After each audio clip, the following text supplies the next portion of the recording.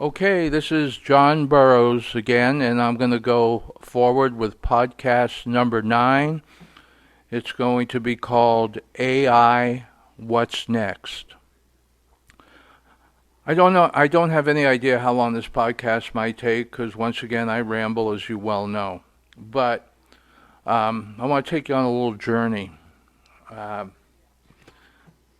let's start with the let's start with transportation. Okay.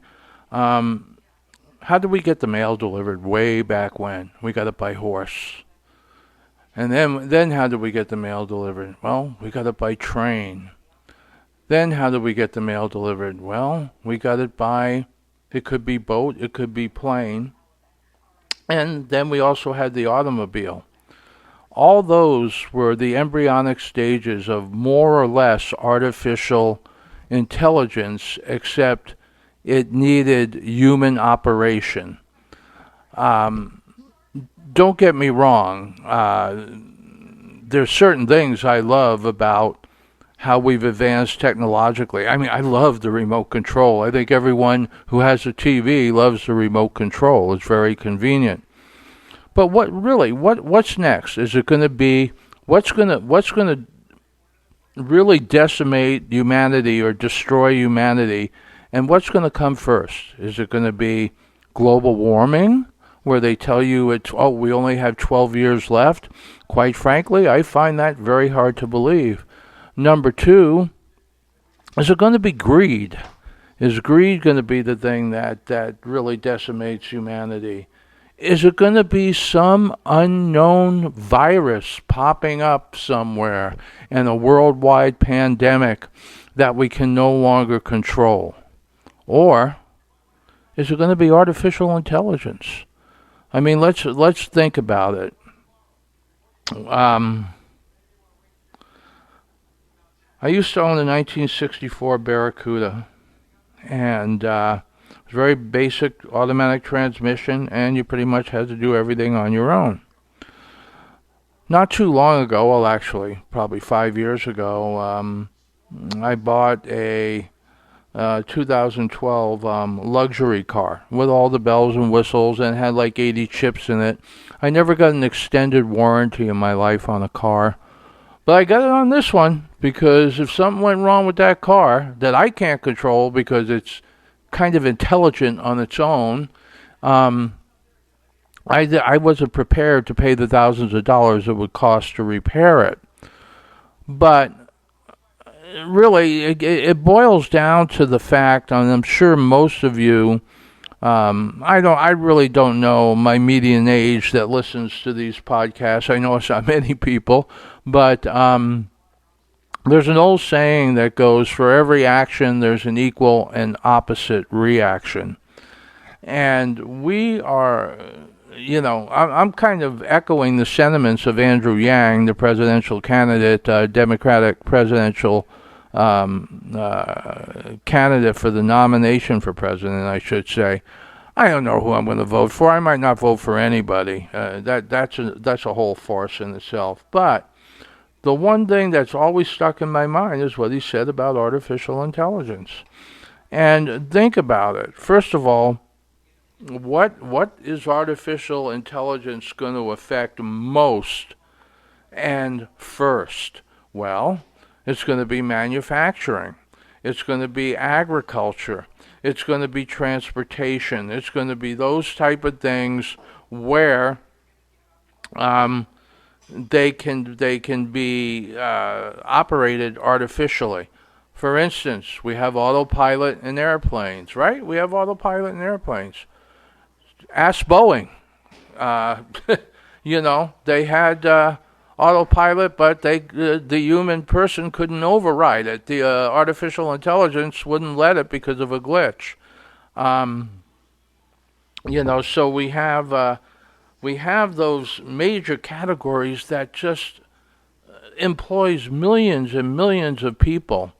Now, many people will say that, well, when we get artificial intelligence, we're going to need people to repair the robots and do all that type of thing.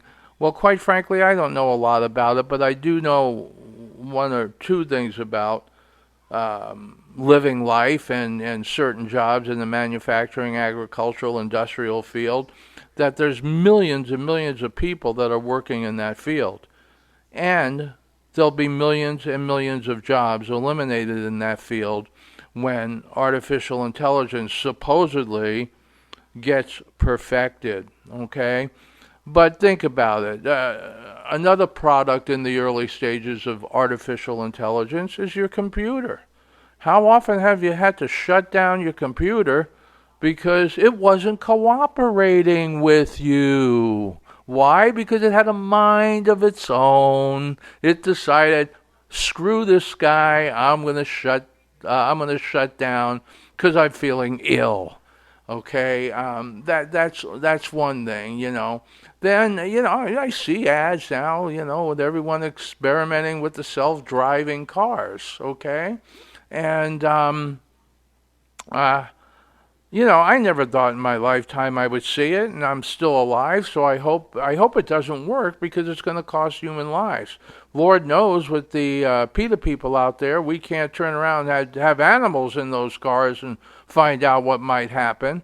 But what if that artificial intelligence, quote unquote, decides to have a glitch? Decides to break down. For instance, let's say you're driving your car and it's equipped with artificial intelligence that tells you there's something ahead, that there's going to be an accident, or warns you real quickly that there's something in front of you, and there's nothing there. It's a glitch in the artificial intelligence. You jam on the brakes, people hit you in the rear, you have a 50-car pileup, deaths all over the road because we're going too fast with the artificial intelligence, just like we did with the computer. We looked at how it would benefit humanity, and it did, but we never looked at all the pain it causes humanity with identity theft and everything like that. So, I mean, think about that. You're driving along, all of a sudden your car decides to have a glitch, and or doesn't want to drive right, or doesn't want to go that way. They want to go a different way. They don't want to go to Los Angeles. It wants to go to San Francisco for whatever reason. I mean, I'm talking about the extreme future, but we're rushing towards it like maniacs. I don't know what I guess you say, well, it saves money, robots don't get sick, all that type of thing, but whatever artificial intelligence produces is going to eliminate jobs, so whatever it produces, most people won't be able to buy it.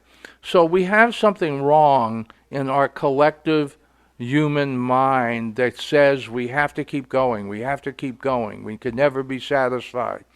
Well, yeah, there's a great example of that in San Jose, California, with the Winchester House. I don't know.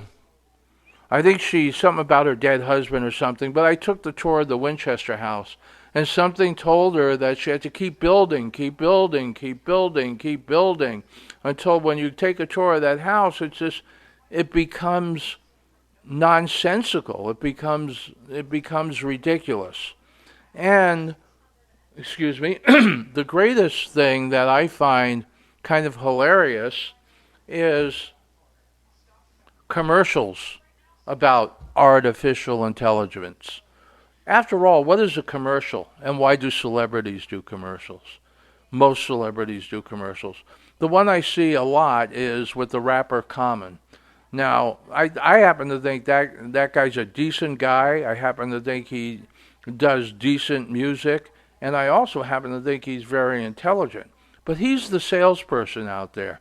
Problem with commercials, you can't raise objections. So if you could raise objections in commercials and then have people that are in charge of whatever artificial intelligent thing they're working on overcome those objections in a way that satisfies you, that might be different.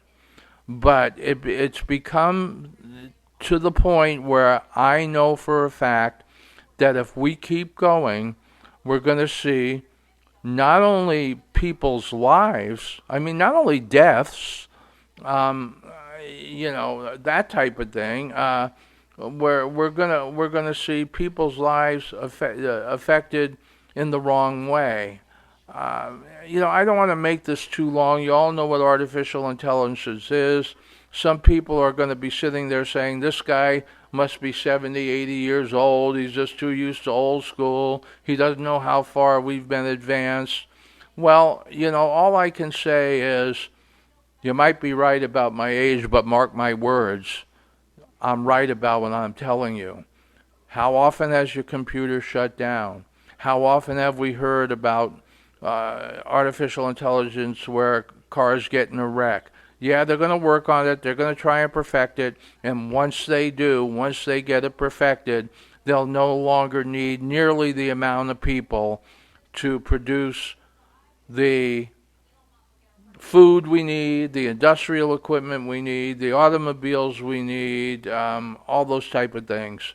So um, I wish everyone would take a long pause and think not only about artificial intelligence, think about your own intelligence. Think about the world that's coming, and think about the world we live in, and not to mention we could have a war, a lot of things could happen. But right now, if I were to gamble, artificial intelligence is going to take off, and then pretty soon the jobless rate is going to go up. Pretty soon you might even see people just thinking life isn't worth living anymore because they can't support their families because they've been replaced by machines, which has already happened. Anyway, through with the rant on artificial intelligence.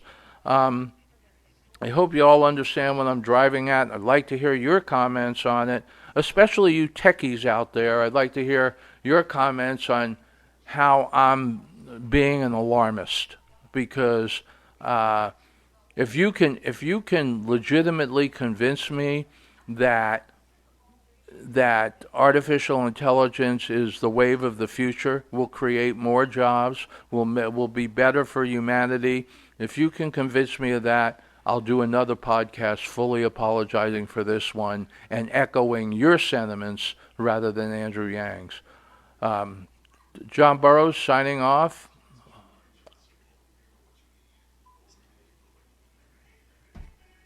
John Burroughs signing off. Had a brief pause there. I had a brain fart, so to speak. Signing off, and please subscribe and please respond. Thanks very much.